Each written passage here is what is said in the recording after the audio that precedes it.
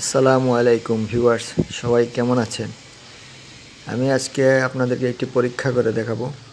আমার উঠান কৃষিতে আমি লাল শাক চাষ করেছিলাম সম্পূর্ণ অর্গানিক পদ্ধতিতে।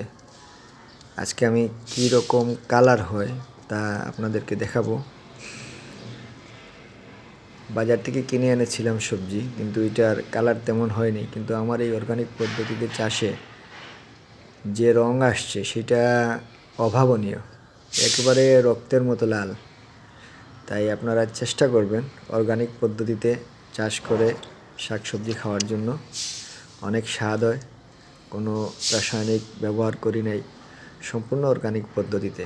তাই চেষ্টা করবেন সবসময় অর্গানিক পদ্ধতিতে চাষ করার। সবাই ভালো থাকবেন। আসসালামু আলাইকুম।